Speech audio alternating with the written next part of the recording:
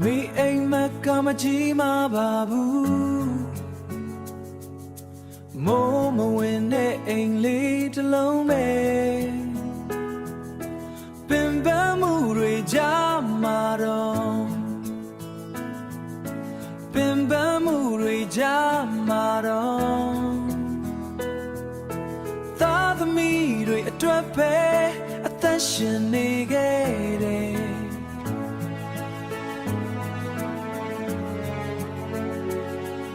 မမောမပန်းချက်ပြုံးနေတဲ့လက်တွေမြတ်တာတွေပြင်းနေနေတယ်မျက်ရည်တွေဝတ်ထားတယ်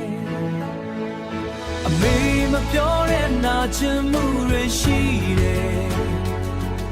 အစင်ပြေပါတဲ့ဆိုတဲ့စကားနောက်မှာသားသမီးတွေမသိတဲ့မျက်ရည်တွေတိတ်တိတ်လေးချနေခဲ့တယ်တနေ့တော့အမေအိမ်မက်တွေ